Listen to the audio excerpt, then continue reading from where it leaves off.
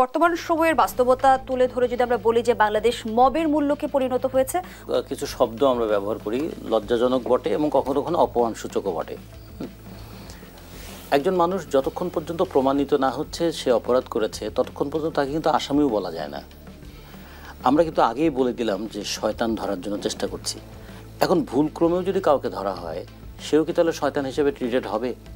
সেই একই ঘটনা তো আমরা আগেও দেখেছি যে আওয়ামী সরকারের বিরুদ্ধে সমালোচনা করলে সে হচ্ছে সাম্প্রদায়িকতার চর্চা করে, সে হচ্ছে মুক্তিযুদ্ধের চেতনা বিরোধী কাজ করে, সে হচ্ছে দেশের উন্নয়ন এবং উৎপাদনের বিরোধিতা করে এবং দেশ ধ্বংসের চক্রান্ত করে। এই কথাগুলো আমরা শুনেছি। আচ্ছা, আমরা যখন বললাম মেট্রো রেলের খরচ এত বেশি হলো কেন, এটাও দেশ ধ্বংসের চক্রান্ত হয়ে গেল। আমরা যখন বললাম যে টানেলটা যে তৈরি হলো, টানেল তৈরি হয়ে এর আউটপুট কি হবে, এগুলোও কি দেশ ধ্বংসের চক্রান্ত? কিংবা যদি বলে যে গ্যাসের দাম বা বিদ্যুতের দাম এত বাড়ে কেন, কিংবা বাজারে তেল পাওয়া যায় না কেন, চিনির দাম অস্বাভাবিক বাড়ে কেন, ভরা মৌসুমে কেন ধানের দাম বাড়ে, অথবা কৃষক তার ফসলের দাম পায় না কেন, বাজারে ঢাকার বাজারে 20 টাকা যে সবজি, কৃষক কেন সেই সবজি 2 টাকাও বিক্রি করতে পারে না?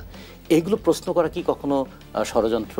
এগুলো প্রশ্ন করা কি দেশ ধ্বংস? এগুলো প্রশ্ন করা কি দেশের স্থিতিশীলতা নষ্ট? কিন্তু আমাদেরকে এরকম ট্যাগিং করা হয়েছে যে আপনারা উন্নয়ন দেখছেন না, আপনারা শুধু আছেন সরকারের সমালোচনা করতে।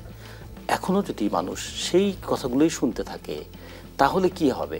মানুষ বলবে তাহলে তো আমি আচরণের খুব একটা পার্থক্য দেখলাম না। প্রথমত নামকরণটা আমাদের কাছে খুবই একটু লেগেছে যে অপারেশন ডেভিল হান্ট। হান্ট কথাটা মানে আমি স্বীকার করতে যাচ্ছি কাকে? যাকে আমি ডেভিল বলছি সেও কিন্তু একজন মানুষ। অ্যান্ড হান্টিংয়ের কি? গুলি করো, হত্যা করো, হ্যাঁ, ধরো, মারো। তাহলে মবক্রেসি যেটা আমরা বললাম বা বলছি সেটাকে কি আইনি রূপ দেওয়া হচ্ছে হান্ট কথাটা বলে? যে দে আর দ্য হান্টার, মানে তারা শিকারী। কি শিকার করতে গিয়েছে?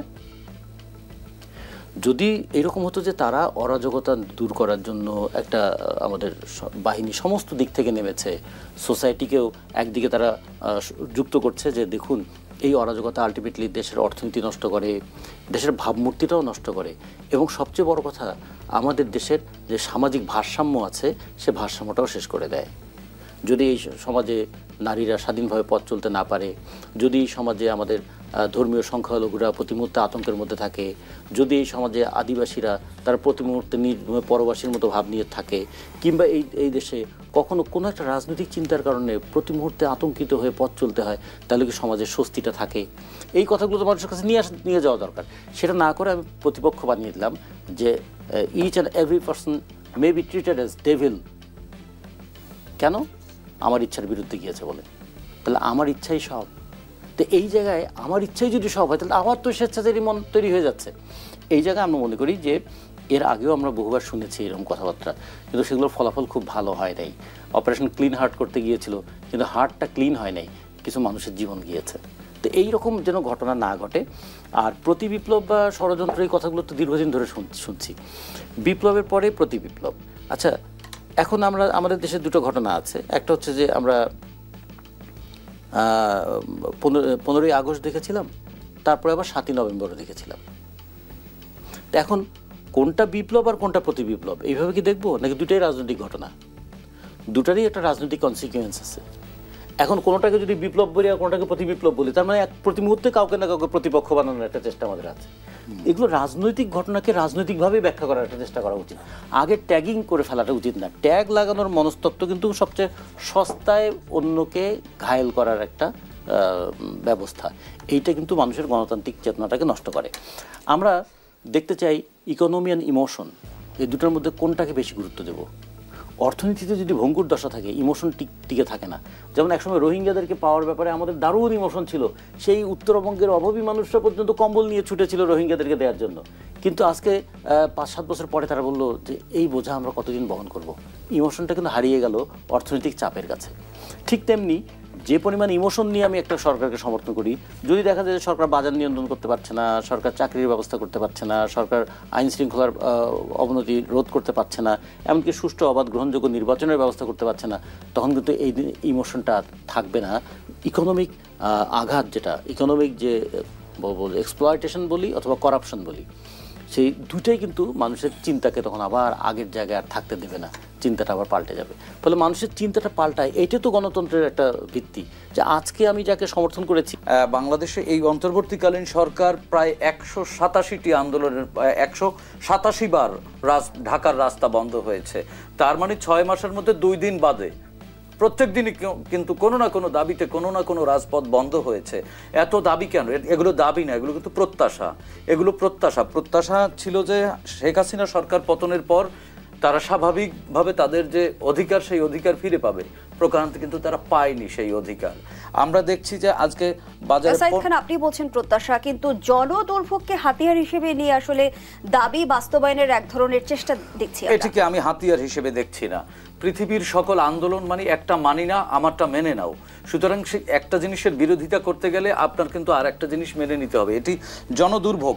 এই জনগণই তো তাদের সুবিধা আদায়ের জন্য রাস্তায় নেমেছে। তার মানে এটিকে দুর্ভোগ হিসেবে না দেখে আমি মনে করি এটি যৌক্তিক। যদি হয়, যতটুকু যৌক্তিক হয়, সেটি যদি সরকারের যারা দায়িত্বশীল তারা যদি আলোচনা করতেন এবং সমাধানের পথ খুঁজতেন, নিশ্চয়ই 187 বার রাজপথ বন্ধ হতো না। এবং আজকে যারা এই যে রতন ভাই বললেন যে প্রেস ক্লাবের সামনে পাদুকা শ্রমিকরা আন্দোলন করছেন, হ্যাঁ, এরকম চা বাগানের শ্রমিকরাও আন্দোলন করতে দেখেছি। আমরা দেখেছি যে দলিল লেখক সমিতি আন্দোলন করছেন, নানান সমিতি। এগুলো কিন্তু গত 15 বছর ধরে মানুষ বলতে পারেনি তাদের অধিকারের কথা। সেই 5 আগস্ট কিন্তু আমরা আমাদের অধিকার প্রতিষ্ঠা করবার জন্য একটি রাষ্ট্র পাবো বলে আমরা, আমাদের সন্তানেরা, আমাদের সহকর্মীরা প্রাণ দিয়েছে। সুতরাং আমরা 6 মাসে যেহেতু পাইনি বা পাবো কিনা এরকম কোনো নিশ্চয়তা এই সরকার দিতে পারছেন না। আর রাষ্ট্রের সাথে রাজনীতির একটা দারুণ সম্পর্ক আছে। আপনি যদি রাজনৈতিক সরকার বা রাজনৈতিক রাষ্ট্র রাখতে চান, সেক্ষেত্রে রাষ্ট্র পরিচালনার দায়িত্ব দিন শেষে ঘুরে ফিরে সেই রাজনৈতিক দলগুলোর হাতেই কিন্তু দিতে হবে আপনাকে। সেটি আপনি 6 মাস পরে দেন, 6 বছর পরে দেন, কিন্তু আপনি তো স্থায়ীভাবে এভাবে থাকতে পারবেন না। যদিও আপনি প্রত্যাশিত, জনসমর্থিত, কিন্তু আপনি কিন্তু ভোটের সরকার না। আপনার উপরে আপনি কিন্তু জনগণের ম্যান্ডেট নিয়ে বসেননি, আপনি মানুষের আবেগের উপর থেকে প্রতিষ্ঠিত সরকার। আবেগ খুব বেশি সময় থাকে না, যতক্ষণ ভালোবাসা থাকে ততক্ষণ আবেগ কাজ করে। ভালোবাসা যখনই শেষ হয়ে যায়, যখন পাওয়া না পাওয়ার হিসেব নিকেশের সময় আসে, তখন কিন্তু আর আবেগ কাজ করে না, তখন বিবেকের তাড়নায় মানুষ রাজপথে নামে। আপনি যেটিকে বললেন যে জনদুর্ভোগ, এটি আমি বলবো জন আকাঙ্ক্ষা পূরণে এই সরকার আমি বলবো অধিকাংশ ক্ষেত্রেই ব্যর্থ হয়েছে। এবং এই ব্যর্থতার দায় কিন্তু কোনো রাজনৈতিক দল নেবে না, কারণ এটি রাজনৈতিক অ্যাফিলিয়েশন এই সরকারের নেই। এবং শুধু অ্যাফিলিয়েশন না, রাজনৈতিক দলগুলোর সাথেও কিন্তু এক ধরনের দূরত্ব তৈরি হয়েছে। আগামী নির্বাচনের যে রোডম্যাপ দিতে পারেনি, এক ধরনের ধোঁয়াশা কাজ করছে। এখানে রাজনৈতিক দলগুলো তাদের নিজস্ব এজেন্ডা নিয়ে, নিজস্ব নীতি নৈতিকতার উপরে দাঁড়িয়ে বা তাদের আদর্শের উপরে দাঁড়িয়ে তারা তাদের রাজনীতিটি চর্চা করছেন। সুতরাং এখানে আগামী নির্বাচনের ইস্যুতে বা নির্বাচন ইস্যুতে রাজনৈতিক দলগুলো ঐক্যমত হওয়ার কোনো মিনিমাম স্পেস আমি দেখি না, কারণ সবগুলো রাজনৈতিক দল একই আদর্শের না, একই পথের না, একই মতের না। এখানে দ্বিমত থাকবে। এটি কিন্তু প্রতিযোগিতা, এটি প্রতিযোগিতা।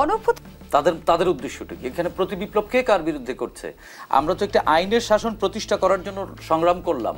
আমরা যাতে মবক্রেসির হাত থেকে রেহাই পাওয়ার জন্য, শেখ হাসিনা সেই ট্যাগিং প্রথার হাত থেকে রেহাই পাওয়ার জন্য আমরা তো এই গণ অভ্যুত্থান হলো। এটি নিশ্চয়ই বিপ্লব না। আমি যেহেতু রাষ্ট্রই এটিকে বিপ্লব বলেনি, সুতরাং আমি এটিকে গণ অভ্যুত্থান বলবো। জনগণ রাস্তায় নেমেছিল এই ট্যাগিং প্রথার হাত থেকে রেহাই পাওয়ার জন্য, এই মবক্রেসির হাত থেকে রেহাই পাওয়ার জন্য। আবার এই প্রতি বিপ্লব করে কাকে ট্যাগিং করা হচ্ছে? এটি আমার কাছে মনে হচ্ছে যে বিরাজনীতিকরণের যে গভীর চক্রান্ত, সেই চক্রান্ত আবার নানানভাবে হুইসপার করার চেষ্টা হচ্ছে। আমি মনে করি সবার আগে হ্যাঁ, মত প্রকাশের স্বাধীনতা ততটুকুই দেওয়া উচিত যতটুকু শালীনতা বজায় রাখতে পারে। সামাজিক বিশৃঙ্খলা যাতে সৃষ্টি না হয়। সামাজিক গণমাধ্যমে আমরা এই গত কয়েকদিন ধরে দেখছি যে কেউ উস্কানি দেওয়ার চেষ্টা করছেন যে এই ভবন, সেই বাড়ি, অমুক অফিস, এই ব্যক্তি, এগুলো ঠিক না।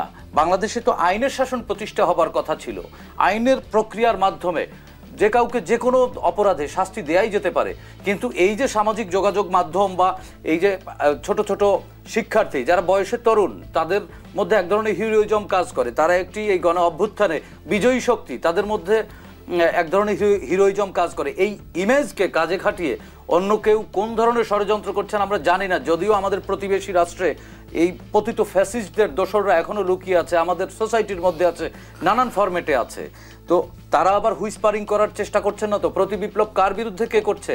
ইউনূস সরকারকে তো এই জনগণ বসিয়েছে। সুতরাং এই জনগণ যতদিন না পর্যন্ত তাদের যৌক্তিক অধিকার, ভোটের অধিকার এবং রাষ্ট্রের সাথে যে সম্পর্ক তাদের সেটি প্রতিষ্ঠা না হয়, সে পর্যন্ত তো ইউনূস সরকারকে সহযোগিতা এই জনগণ করছে। সুতরাং আমি এখানে প্রতি বিপ্লবের কিছু দেখছি না।